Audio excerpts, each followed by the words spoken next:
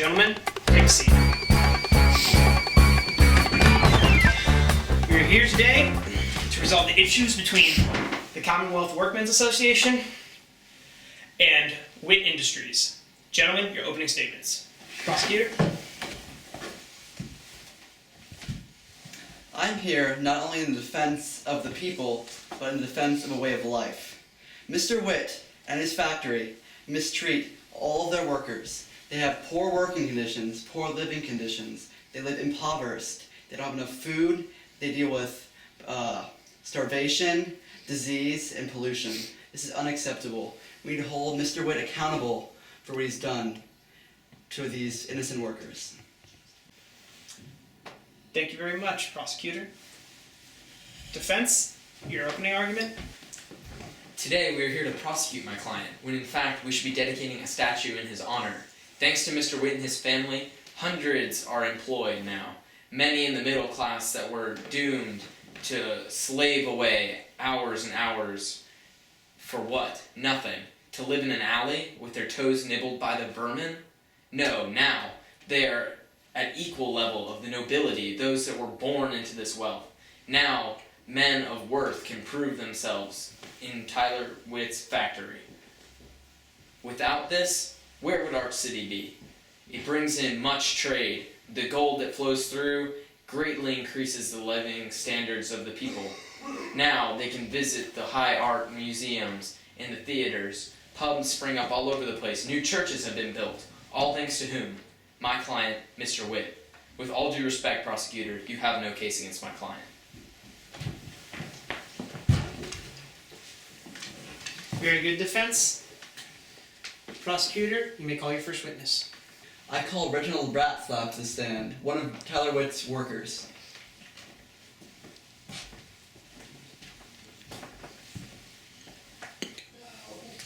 So, Reginald, tell us about your daily life at the factory.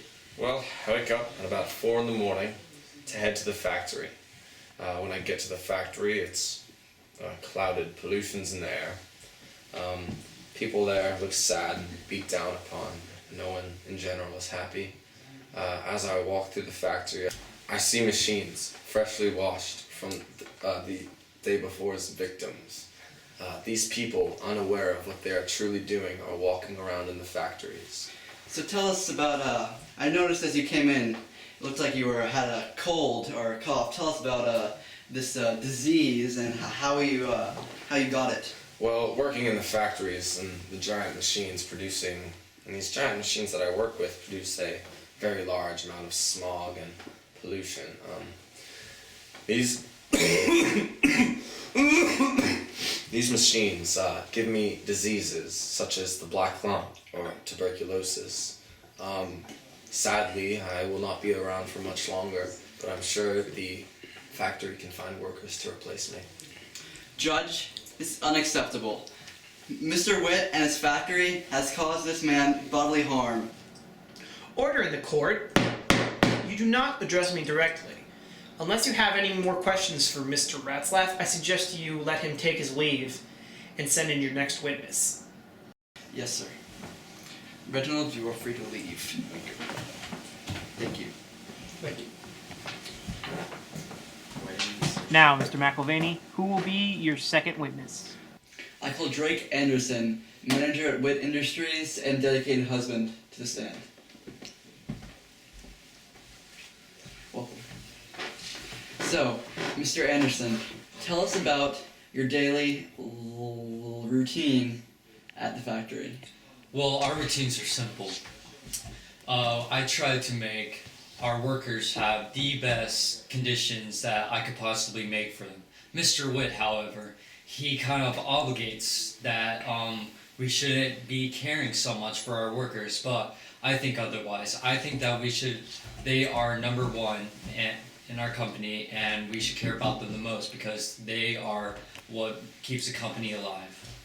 Yes. So you said Mr. Witt does not give you the money you need to help with benefits for the workers and safety for the workers? Yes, I believe he doesn't provide us with enough money, which I can use to make conditions safer and just make a better overall experience for the workers. And you think that's fair? I personally do not think that is fair. I am for the workers in this situation. I think that they deserve the best for their working conditions. And you also said that you have a wife. Tell us about her. Well, my wife is also working in the factories to help out the pay with the house and the rent, etc.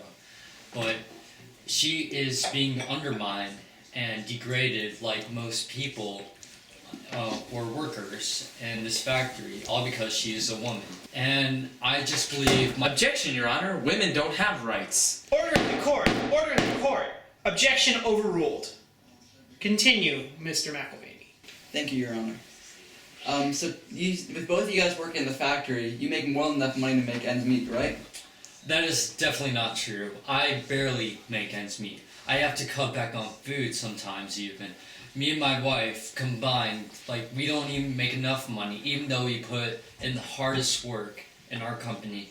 I believe that the people that put in the hardest work should absolutely be up higher than the people that put in less work. Yeah, I totally agree. So, to clarify, you and your wife work from morning till night very hard, and you barely make enough money to make ends meet, and you have to cut back on food and other necessities for living? Yes, that is true. So, do you think that's fair? No, not at all. Thank you for your time. My pleasure. Now, Mr. Sandercock, who will you call as your first witness? I call Tyler Witt, owner of Witt Industries, to the stand.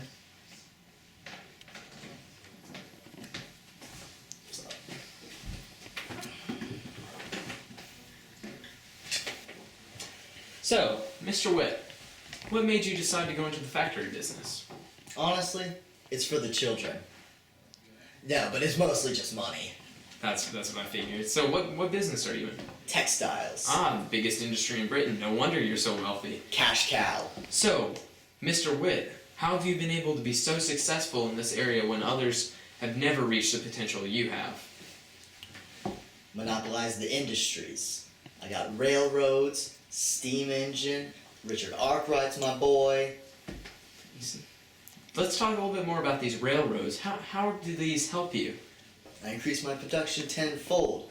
I got coal coming in, products going out, money coming back in. That's the way you do things. That's justice.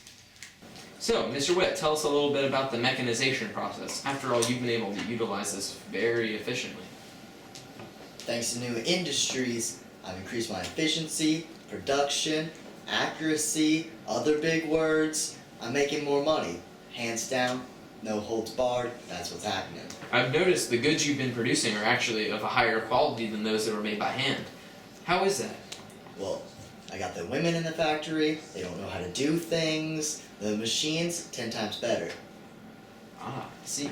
So, these stories of the women and children getting injured in your factory, I find that hard to believe. Everyone's a hater. The investors are haters, my mom's a hater, the bank's a hater, the people who are suing me for getting those children killed and spinning jennies are haters. I clearly put on the underside of the spinning jenny, don't touch the spinning jenny. It's like they can't read Greek or something. Classic mistake. Those uneducated workers.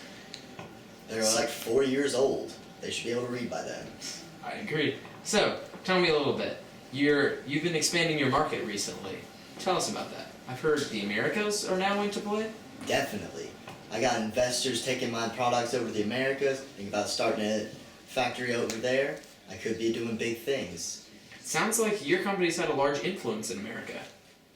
You could say that. So you're spreading the industrialization process to other parts of the world. Is that correct? Definitely. Eli Whitney invented the cotton gin. Think I'm going into that. I got definitely big things going on, definitely. So you and the Americans, now we're starting to see this globalization, this mass economy, right? That's very impressive, Mr. Witt. I'm impressive. I'm sorry, Mr. Witt, but I don't believe I fully understand what methods you are using here. Could you please explain a little further? No doubt, I'm the boss. I got you, Gingy. Bailiff, drop that beat.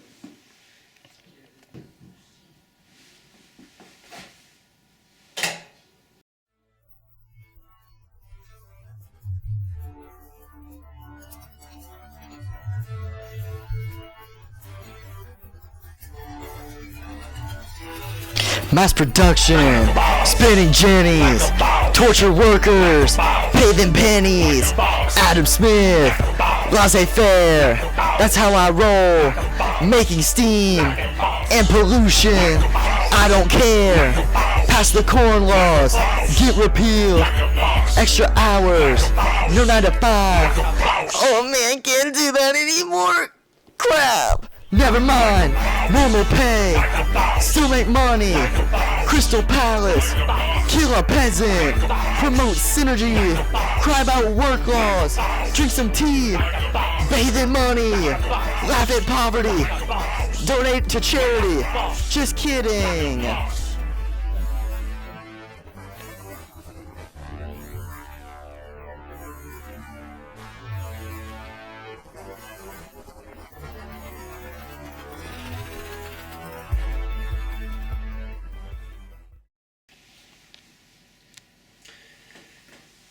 Now that all the witnesses have been heard, we're going to take a short recess so that I may deliberate on the information and come up with the final verdict.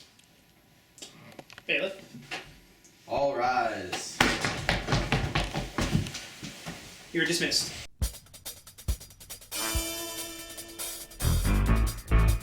Swenningson Mattress Company is closing its doors forever. Get incredible discounts store-wide. Innerspring mattresses, 50% off. Futons, 70% off. When I took over the family company 3 years ago, my father never could have predicted we'd have this many mattresses to get rid of. The rate at which I've driven this company into the ground is truly embarrassing. The mattress my child sleeps on every night, 60% off. The house I grew up in will accept best offer. People ask me, Dave, have you lost your business sense? I tell them, no, I simply never had it. Bed frame, 123% off. So get on down here to Swenningson Mattress Company this weekend, because Monday I go to prison.